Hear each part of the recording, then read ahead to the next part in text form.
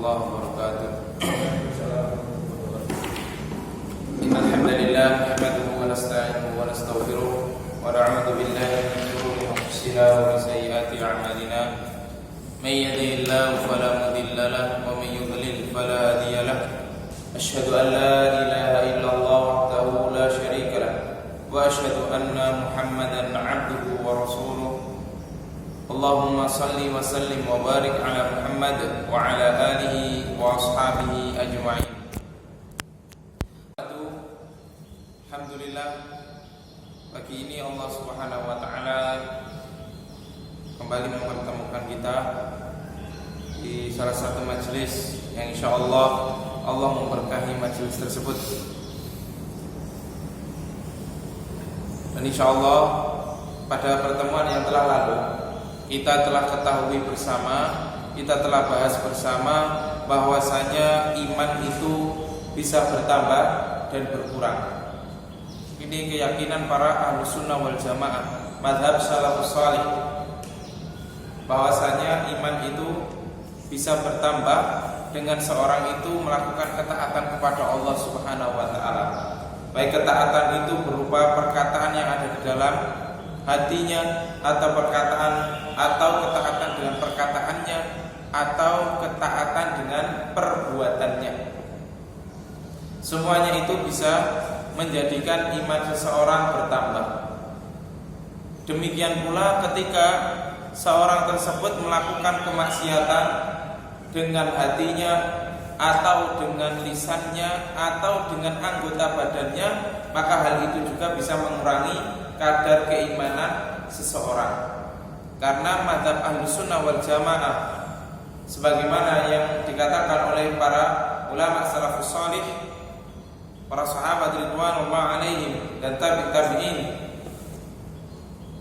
beliau atau mereka semuanya berpendapat bahwasanya iman itu adalah ada 3 rangkaian: iqrarun bil janan, wa qaulun bil lisan, wa amalun bil arkan au bil jawarih.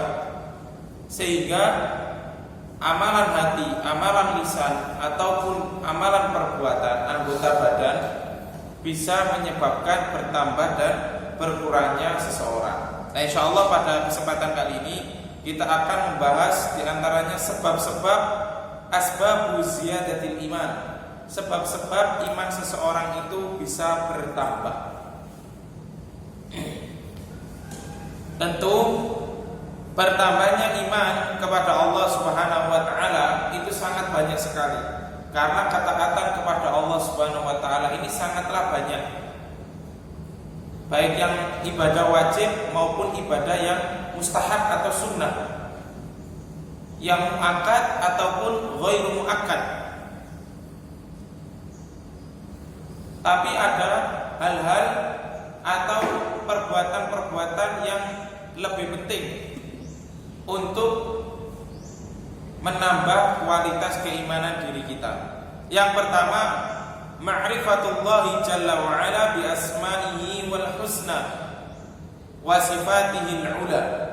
Yang pertama, mengenal Allah Subhanahu wa taala dengan nama-namanya sekaligus sifat-sifatnya yang mulia.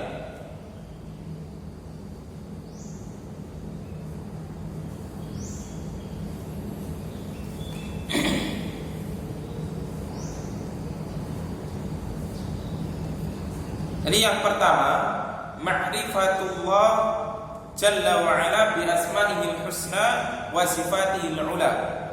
Mengenal Allah Subhanahu wa taala berikut disertai dengan mengenal nama-nama sekaligus sifat-sifat Allah Subhanahu wa taala yang sempurna atau yang mulia.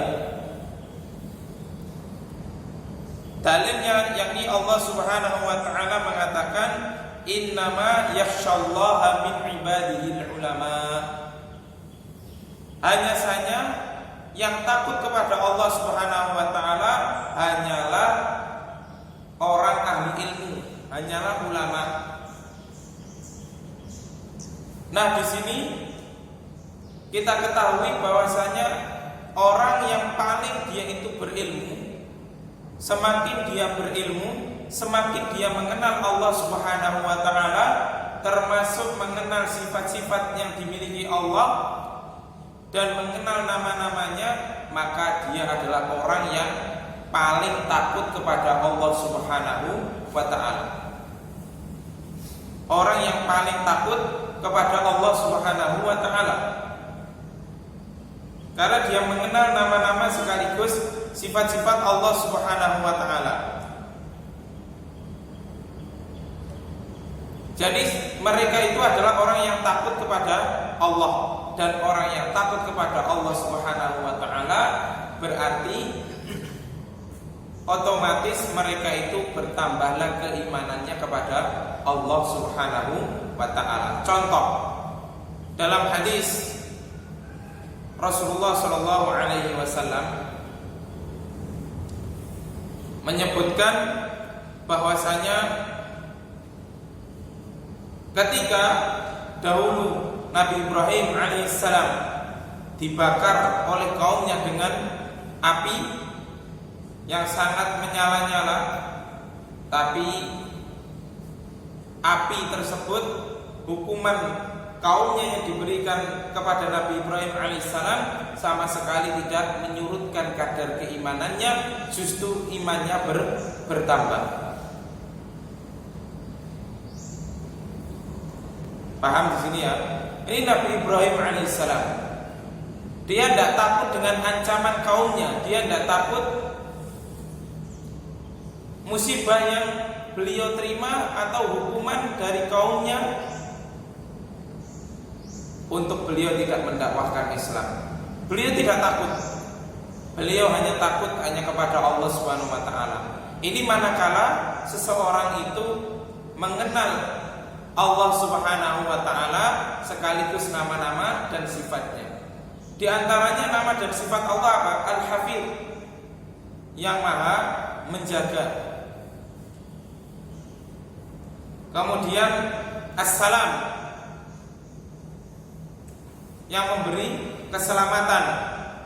Maka Nabi Ibrahim alaihissalam yakin di dalam hatinya, meskipun para kaumnya itu membakar beliau alaihissalam, tapi beliau itu yakin karena mengenal Allah Subhanahu wa taala sehingga tidak takut meskipun dibakar. Sehingga masih dalam keadaan beliau itu iman kepada Allah, dan kemudian Allah Subhanahu wa taala memerintahkan kepada api tersebut agar menjadi dingin, sebagaimana Allah Subhanahu wa taala berfirman, "Qul ya naru kuni bardan wa salaman ala Ibrahim." Wahai api, jadilah kamu dingin dan menjadi wasilah keselamatan bagi Ibrahim alaihissalam. Qul ya naru kuni bardan wa salaman ala Ibrahim. Jadi ketika seorang itu mengenal Allah Subhanahu wa taala, tidak hanya mengenal keuluhian Allah, tidak hanya mengenal kerububian Allah, tapi mengenal asma wa sifat Allah Subhanahu wa taala, maka tidak akan ada keraguan sedikit pun untuk dia takut kepada Allah Subhanahu wa taala. Di dalam ayat lain Allah Subhanahu wa taala mengatakan, "Fala takhshawhum wakhshawni in kuntum mu'minin." Fala takhshawhum wakhshawni, janganlah kamu takut kepada mereka, wakhshawni, tapi takutlah kepadaku. Orang ketika berdakwah, orang ketika mendakwahkan tauhid, itu adalah hal yang biasa. Ketika diancam atau dimusuhi, itu adalah hal yang biasa, dan itu merupakan tantangan. Karena sejak zaman Nabi Nuh alaihissalam sampai Nabi kita Muhammad sallallahu alaihi wasallam, mereka tidak ada yang lepas dari ancaman kaumnya pada saat itu. Tapi karena para nabi dan para rasul itu mengerti, memahami, mengenal Allah Subhanahu wa taala sekaligus sifat-sifatnya, dan Allah Subhanahu wa taala pasti membantu ahlu tauhid, pasti membantu orang yang memperjuangkan agamanya, maka sama sekali mereka itu tidak takut kecuali hanya kepada Allah Subhanahu wa ta'ala, meskipun nyawa taruhannya. Inilah ahlu tauhid, ketika benar-benar memegangi 3 tauhid tersebut. Maka kata saya Sa'ad bin Sa'id Ahmad Abduh, termasuk juga peruqyah, dia itu harus benar-benar mengimani dan mengaplikasikan 3 tauhid tersebut, sebagaimana juga yang dikatakan oleh Syekh Wahid Abdus Salam Bali. Karena dengan memahami dan mengamalkan 3 tauhid tersebut, maka ketika dia itu meruqyah, maka tidak akan ada rasa takut sedikit pun dengan bangsa jinnya. Paham sampai ini?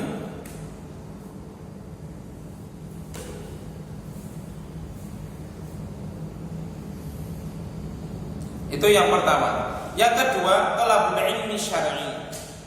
Hal yang dapat menambah keimanan seseorang, yakni dengan belajar, menuntut ilmu syar'i, mempelajari ilmu syar'i, bukan mempelajari ilmu umum. Ini yang dapat menambah keimanan seseorang kepada Allah Subhanahu wa ta'ala. Berkata Al-Imam Ahmad bin Hanbal rahimallahu ta'ala, aslul ilmi al-khasyatu. Aslul ilmi al-khasyatu. Kata beliau rahimallahu ta'ala,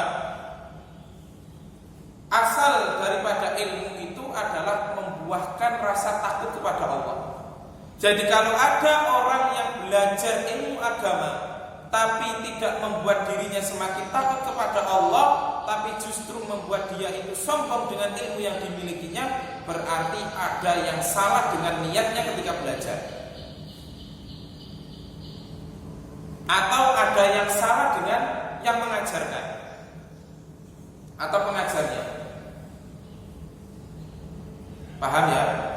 Jadi kata Al-Imam Ahmad bin Hanbal rahimallahu ta'ala, al-ilmu khasyah, aslul ilmi al-khasyah.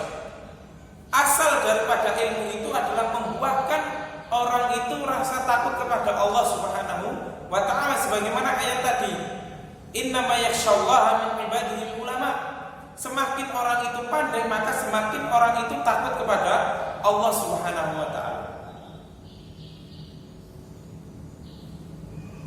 Semakin orang itu berilmu, maka dia akan semakin takut kepada Allah Subhanahu wa ta'ala. Bukan sebaliknya, semakin dia itu berilmu, tapi justru malah semakin dia itu sombong dan berbangga dengan ilmunya. Maka ini harus dikoreksi. Dirinya yang keliru ataukah gurunya yang keliru ketika mengajarkan? Dirinya yang keliru, artinya orang yang belajar itu yang keliru, bisa jadi karena niatnya keliru, tidak meluruskan niatnya ketika dia belajar. Dia belajar hanya ingin untuk mengalahkan orang lain dari segi ilmu. Dia belajar tapi karena ingin dikatakan sebagai orang yang alim.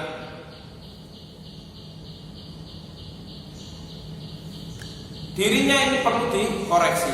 Gurunya kalau lurus, sudah benar lurus niat sang muridnya dalam belajar, maka ketika sang murid tersebut tidak membuahkan hasil, artinya tidak membuat dirinya itu semakin takut kepada Allah, padahal dia sudah memiliki ilmu, padahal niatnya juga sudah ikhlas, bisa jadi yang keliru itu adalah gurunya.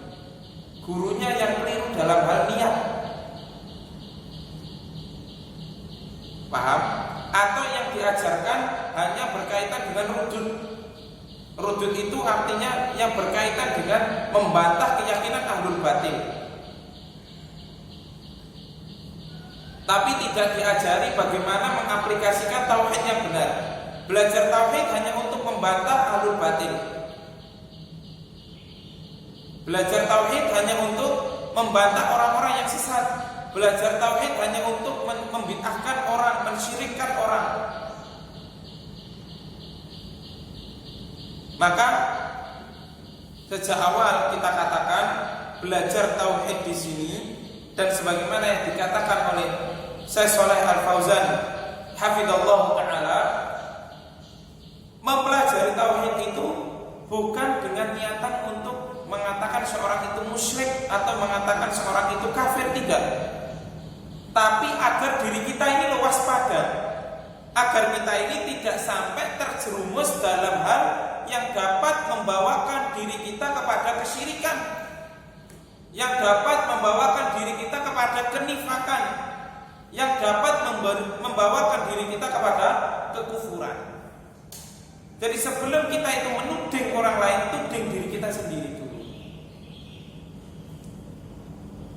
Paham? Karena jari yang dibuat untuk menuding itu satu, tapi yang empat kembali kepada diri kita. Jadi yang lebih aula untuk dikoreksi adalah diri kita terlebih dahulu sebelum mengoreksi orang lain.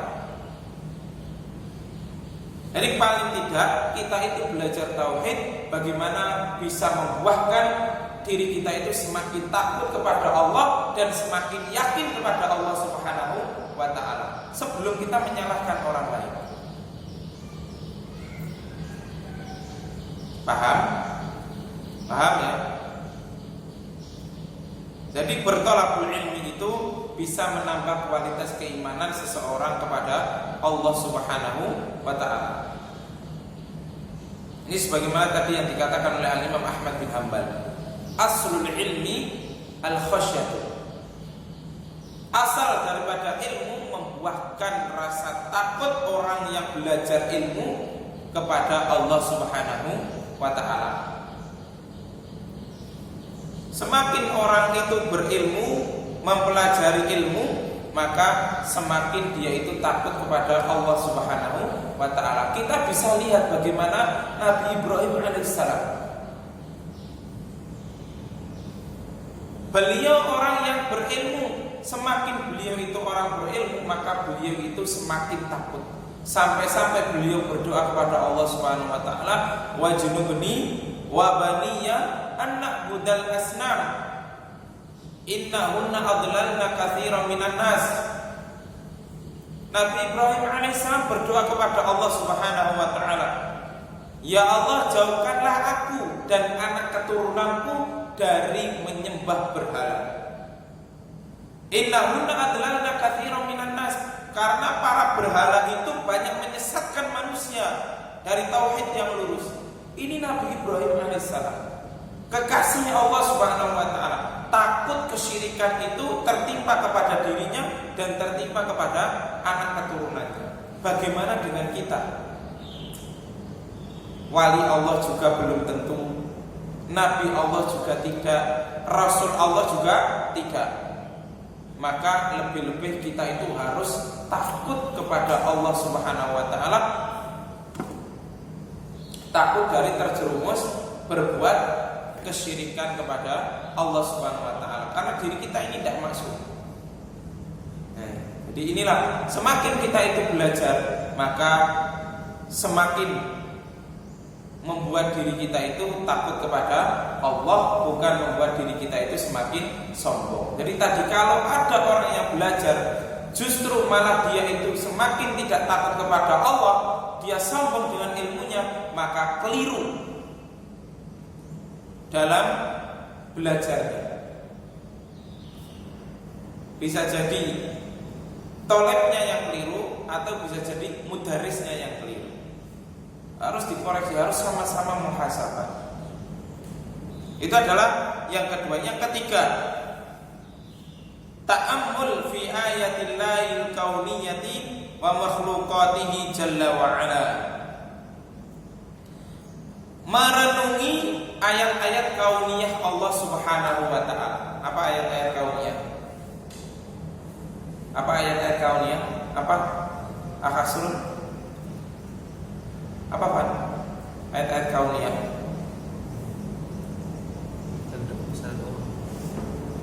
Apa?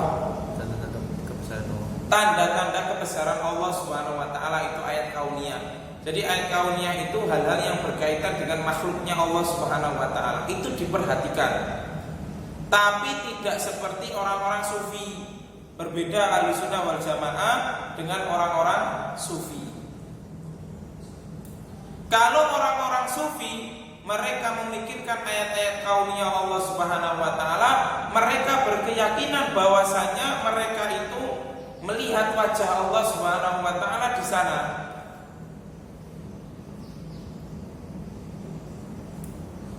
Karena mereka menganggap bahwasanya dirinya itu sudah melihat Allah dan dirinya itu cinta kepada Allah, sehingga wajar kalau setiap apa yang dilihatnya itu melihat wajah sang kekasihnya, yakni Allah Subhanahu wa taala. Nah, ini adalah tafakur yang batil ala sufi. Karena Allah Subhanahu wa taala itu tidak bisa dilihat di dunia. Jadi bohong kalau ada orang yang mengaku bahwasanya dirinya telah melihat Allah Subhanahu wa taala, sebagaimana keyakinan orang-orang sufi. Adapun Ahlussunnah wal Jamaah ketika memahami, merenungi ayat-ayat kauniyah Allah, merenungi tanda-tanda kebesaran Allah Subhanahu wa taala, maka mereka itu semakin bertambahlah keimanannya kepada Allah Subhanahu wa taala. Bertambah keimanannya kepada Allah Subhanahu wa taala, semakin meyakini akan kebesaran Allah Subhanahu wa taala. Allah Subhanahu wa taala berfirman, "Inna fi khalqis samawati wal ardi wa ikhtilafil laili wan nahar la ayatil liulil albab." Sesungguhnya dalam penciptaan langit dan bumi dan silih bergantinya malam dan siang, la ayatil liulil albab, di situ terdapat tanda-tanda kebesaran Allah Subhanahu wa taala bagi orang-orang yang mau memikirkan, atau bagi orang-orang yang berilmu. Jadi orang-orang yang berilmu itu memikirkan ayat-ayat Allah Subhanahu wa taala itu dengan semakin membuat dirinya meyakini akan kebesaran Allah, kemahamampuannya Allah Subhanahu wa taala. Semakin yakin akan kerububihan Allah sehingga teraplikasikan bentuk peribadatan kepada Allah. Paham? Bukan dengan kemudian memperhatikan ayat-ayat kauniyah Allah, memperhatikan makhluk Allah Subhanahu wa taala kemudian dimaknani. Paham? Seperti jago kemudian harus bisa menjagoni. Atau tadi kapan hari itu kita sempat ngobrol, bagaimana kalau diganti tidak jago? Jawabannya, kalau kamu bisa memberikan tafsiran daripada apa yang kamu bawa.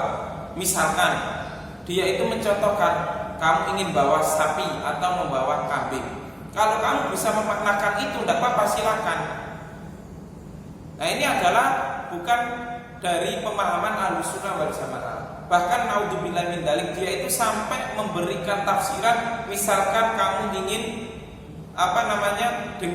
jago kamu ganti dengan kambing atau kamu ganti dengan sapi. Kalau kamu bisa menafsirkan, misalkan sapi itu satu, kambing itu satu, tapi berkaki 4, itu menunjukkan Muhammad SAW itu satu tapi memiliki 4 sahabat. Ini adalah keyakinan yang batil atau tafsiran yang keliru. Masa Rasulullah SAW disamakan dengan hewan? Masa sahabatnya Rasulullah yang dijamin masuk surga itu dibandingkan dengan 4 kaki, 4 kakinya hewan? Nah, ini akibat dari apa? Ajaran manunggaling kawula Gusti. Akibat dari akidah-akidah sufi. Nah, nanti insya Allah pada pembahasan yang terakhir di situ saya bawakan tentang perihal bantahan terhadap ahlul kalam dari orang-orang sufi yang mereka itu menganggap Ahlussunnah wal Jamaah itu kurang sempurna iman dan Islamnya kecuali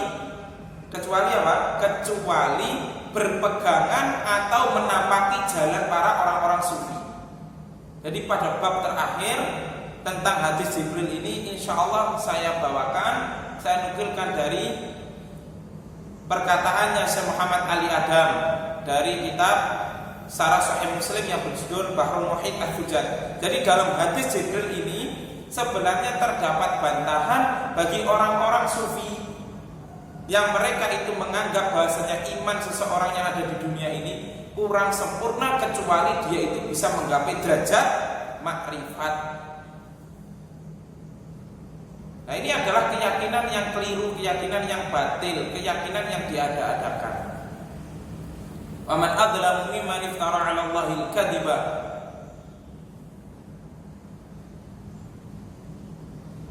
Paham sampai ini? Jadi memahami ayat-ayat kauniyah Allah Subhanahu wa taala itu bukan dipahami dengan pemahaman yang keliru seperti pemahaman ala sufisme, pemahaman ala sufi. Jadi kita diperintahkan oleh Allah Subhanahu wa taala, inna fi khalqis samawati wal ardi wa ikhtilafil laili wan nahar, memperhatikan bagaimana terjadinya langit dan bumi, silih bergantinya malam dan siang. Itu kita pikirkan dalam rangka untuk bertujuan supaya kita itu semakin yakin akan kerububiyan Allah, semakin yakin dengan tauhid rububiyah Allah itu mampu. Setelah kita itu semakin yakin kerububiyahan Allah Subhanahu wa taala, yakin bahasanya Allah Subhanahu wa taala itu maha berkehendak, berkuasa atas segala sesuatu, maka akan timbullah pada diri kita bentuk penghambaan yang sebenarnya kepada Allah Subhanahu wa taala. Ini adalah manhaj Ahlussunnah wal Jamaah dalam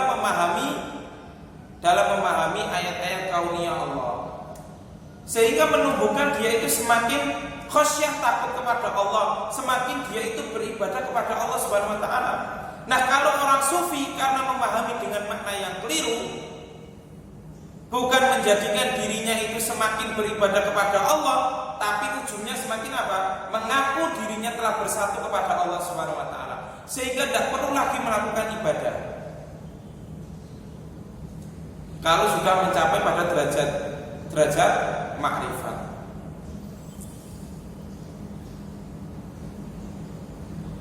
Paham sampai sini? Nah, ini kita harus ketahui, jangan sampai kita itu dikibuli oleh orang-orang sufi dengan membawakan ayat bahasanya kita itu disuruh untuk tafakur, memikirkan ayat-ayat kauniyah Allah, sehingga ditafsirkan dengan makna yang keliru.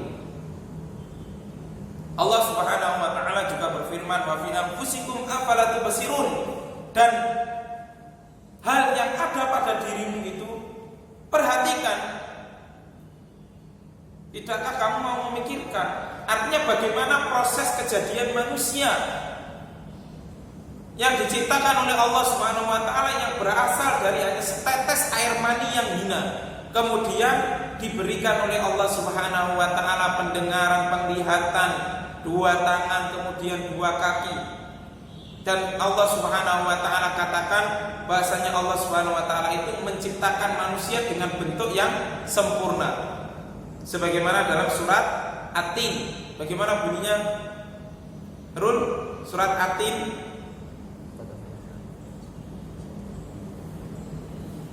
Surat At-Tin.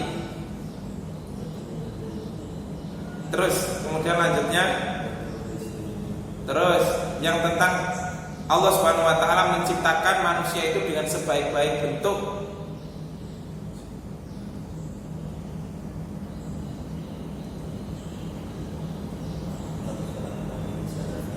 Nah, Allah Subhanahu wa taala menciptakan manusia itu dengan sebaik-baik bentuk, ahsan takwim.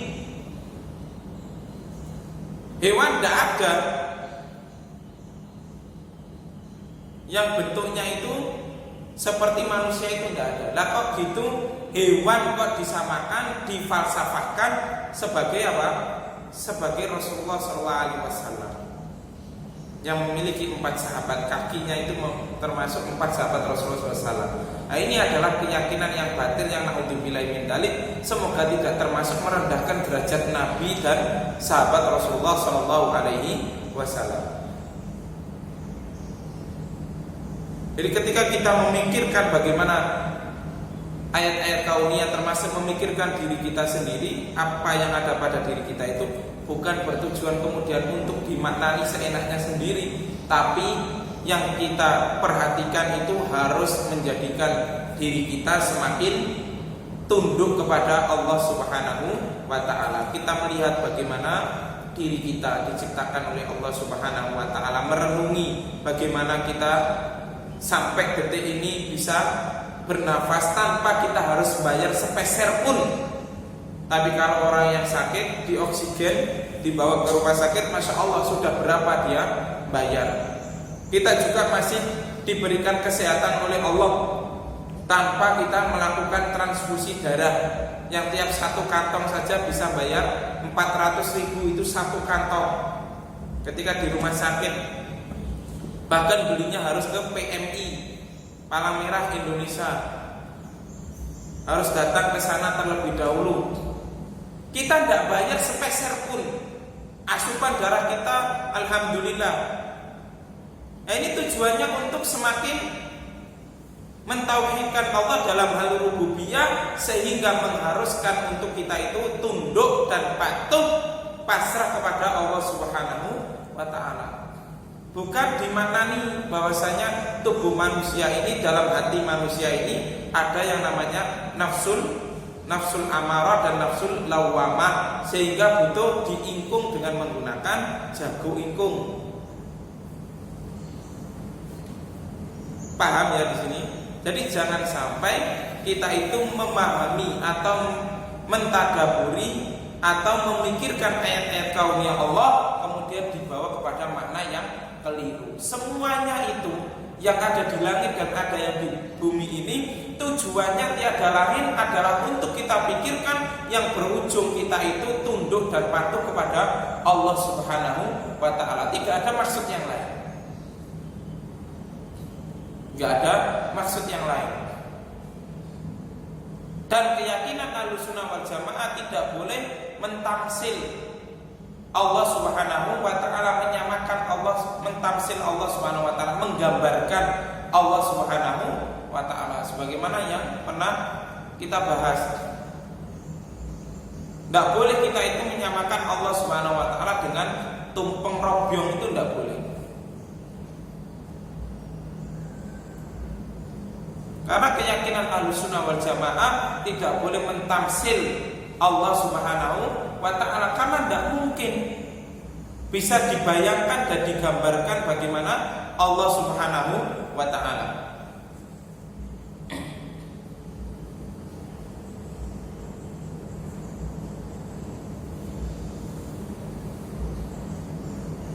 Berkata Amir bin Abdi Qais, sami'tu ghaira wahidin waladnain wala thalath min ashabi Muhammadin sallallahu alaihi wasallam yaqul. Beliau mengatakan, saya telah mendengar kebanyakan dari sahabat Rasulullah sallallahu alaihi wasallam, mereka itu mengatakan inna diya al-iman au nurul iman at-tafakkur. Kata Amir bin Abdi Qais, beliau mengatakan para sahabat Rasulullah SAW itu mereka kebanyakan mengatakan sesungguhnya cahaya keimanan. Jadi dia itu jamak dari kata daw, cahaya sinar, dia sinar atau nur cahaya. Jadi sinar atau cahaya dari keimanan itu adalah kita mampu untuk bertafakkur kepada makhluk-makhluk Allah Subhanahu wa ta'ala. Tafakkur, merenungi tentang ayat-ayat kauniyah Allah Subhanahu wa ta'ala yang berujung kepada ketundukan kepada Allah Subhanahu wa ta'ala. Nah, ini adalah yang ketiga. Jadi semakin seorang itu tafakkur, merenungi ciptaan Allah Subhanahu wa ta'ala, maka akan semakin bertambahlah iman dia kepada Allah Subhanahu wa ta'ala. Jadi inilah letak perbedaan antara Ahlussunnah salafus salih dengan orang-orang sufisme. mereka orang-orang sufi bertafakur tentang makhluk Allah Subhanahu wa taala, membawa diri mereka sampai kepada derajat yang versi mereka adalah makrifat, sehingga mereka menganggap dirinya telah menyatu dengan Allah Subhanahu wa taala. Adapun Ahlussunnah wal Jamaah tidak berpendapat demikian.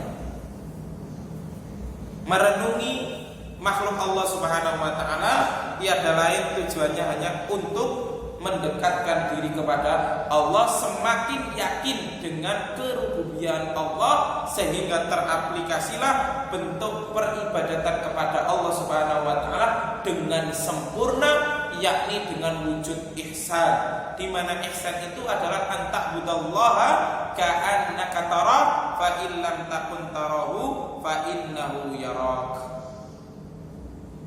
Beribadah kepada Allah Subhanahu wa taala seakan-akan melihat Allah, dan ketika hal semacam itu tidak mampu, maka anta badawa kana taraf fa illam takun tarahu fa innahu yarak. Ketika kamu tidak mampu untuk melihat Allah Subhanahu wa taala, maka ketahuilah bahasanya Allah Subhanahu wa taala itu melihatmu. Yang keempat, membaca Al-Quran disertai dengan mentadaburi isi kandungan Al-Quran. Allah Subhanahu wa taala mengatakan, afala yatadabbaruna Al-Quran am ala qulubin aqfaluha. Apakah mereka itu tidak mentadaburi Al-Quran, atau hati mereka dalam keadaan terkunci?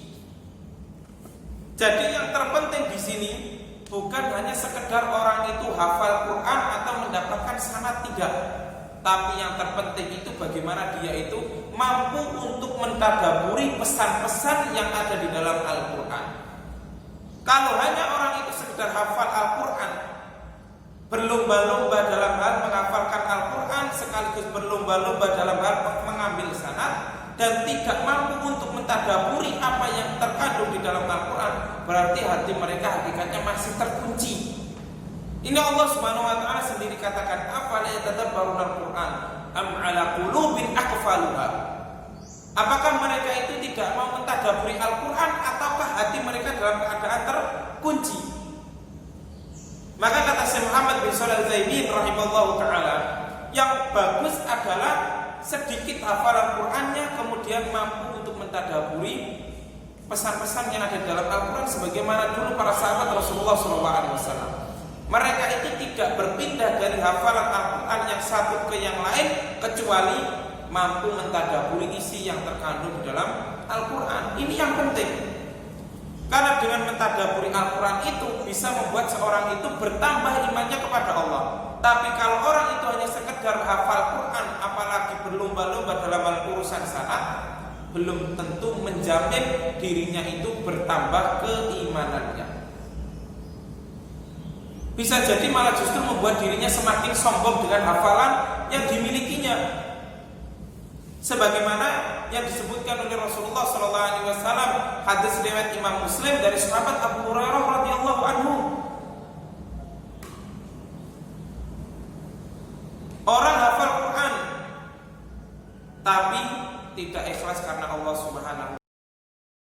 Belajar Al-Quran hanya untuk dikatakan sebagai orang yang alim, hanya ingin dikatakan sebagai orang yang hafid, hanya dikatakan sebagai orang yang banyak memiliki sanad.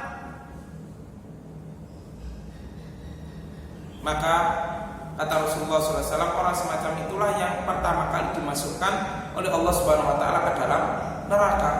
Jadi dia belajar Al-Quran, mengajarkan Al-Quran, tapi tujuannya tidak ikhlas karena Allah Subhanahu wa taala,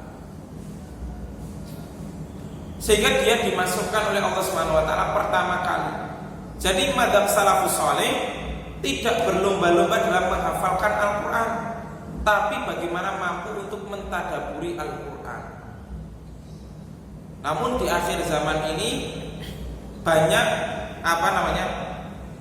lagi tren orang itu berlomba-lomba menghafalkan Al-Quran, bahkan sampai berburu sanad. Saya katakan bahasanya hal itu tidak tercela, bahkan bagus. Tapi jangan sampai lupa untuk bagaimana mentadaburi kandungan Al-Quran. Karena itulah yang lebih penting daripada seorang itu hanya sekedar hafal dan berburu sanad Quran. Paham? Jadi hafalan yang sedikit itu kita syukuri. Yang penting kita masih tetap berusaha untuk menghafalkan Al-Quran. Yang terpenting adalah bagaimana kita ini mampu memahami isi yang terdapat di dalam Al-Quran. Itu yang penting. Ketika kita hanya bisa hafal dan tidak mampu memahami isi yang ada di dalam Al-Quran, belum menjamin akan menambah keimanan dia kepada Allah SWT. Tapi kalau dia itu mampu memahami isi-isi atau pesan-pesan Al-Quran, maka secara otomatis iman dia itu akan bertambah kepada Allah Subhanahu wa ta'ala, karena akan menimbulkan diri seorang tersebut yang hafal Quran sekaligus mampu mentadaburinya itu ada timbul rasa khasyah, takut kepada Allah Subhanahu wa ta'ala. Kata Al-Imam Ibnu Qayyim rahimallahu ta'ala dalam kitab beliau Madarijus Salikin Baina Manazili Iyyaka Na'budu wa Iyyaka Nasta'in, jilid yang pertama halaman 485.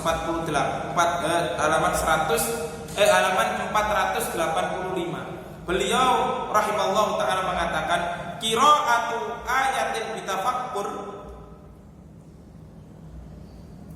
wa tufahhim khairun min qira'ati khatmihi bi ghairi tadabburi wa tafahhumi wa anfa'u lil qalbi wa ad'a fi husulil iman wa duqi halawatil Quran. Kata Al-Imam Ibnu Qayyim, membaca Al-Quran disertai dengan merenungi dan memahami isi yang terdapat di dalam Al-Quran, khairun, itu lebih baik. Di sini menggunakan isim tafdil, khairun. Jadi isim tafdil itu tidak hanya menggunakan wazan af'al, akbaru, tidak hanya itu. Kata Dr. Fa Abdurrahim, pengarang kitab Durusul Lughah, terkadang lafaz khairun ini juga merupakan isim tafdil ketika ada perbandingan. Jadi ketika kalimat tersebut ada perbandingan. Nah, ini kan disebutkan oleh Imam Ibnu Qayyim kan ada perbandingan. Baca Quran dengan merenungi dan memahami isinya yang dibaca, khairun, itu lebih bagus. Min qiraati khatmi bi ghairi tadabbur wa tafahhum, daripada orang itu hanya sekedar membaca sampai mengkhatamkan Quran tapi tidak pernah direnungi maknanya dan tidak pernah dipahami. Ini kan ada perbandingan, berarti khairun di situ adalah isim tafdil sebagaimana adzan awal, as-salatu khairun minan naum. Itu kan ada pilihan, ada perbandingan, salat itu lebih baik daripada tidur. Jadi khairun pada kalimat as-salatu khairun minan naum, khairun di situ adalah isim tafdil karena ada perbandingan di situ antara sholat dengan tidur. Kata Imam Ibnu Qayyim tadi, antara orang yang membaca Quran disertai dengan merenungi, mentadaburi maknanya, dengan orang yang hanya sekedar mengkhatamkan Quran tanpa disertai tadabbur. Ini kata Al-Imam Ibnu Qayyim. Bukan kata ana, tapi kata Al-Imam Ibnu Qayyim Al-Jauziyah. Membaca Quran sekaligus memahami dan memikirkan maknanya itu lebih bagus daripada hanya sekedar mengkhatamkan Quran. Karena kata beliau rahimallahu ta'ala, membaca Al-Quran yang disertai dengan tafakkur dan memahaminya itu lebih memberikan manfaat, anfa' lil qalb, lebih memberikan manfaat kepada hati dan lebih bisa mengarahkan fi husulil iman, untuk memperkokoh, tambah keimanan dan juga bisa merasakan bagaimana manisnya membaca Al-Quran. Paham sampai sini? Baik, mungkin sampai sini dulu yang dapat kita sampaikan. Kurang lebihnya kita mohon maaf. Wallahu ta'ala a'lam bishawab. Wal ilmu indallah. In uridu illa al-islaha mastata'tu wa ma taufiqi illa billah. Alaihi tawakkaltu wa ilaihi unib. Subhanakallahumma wa bihamdika asyhadu an la ilaha illa anta astaghfiruka wa atubu ilaik. Wa sallallahu ala nabiyyina Muhammadin wa ala alihi wa ashabihi ajmain. Wassalamualaikum warahmatullahi wabarakatuh.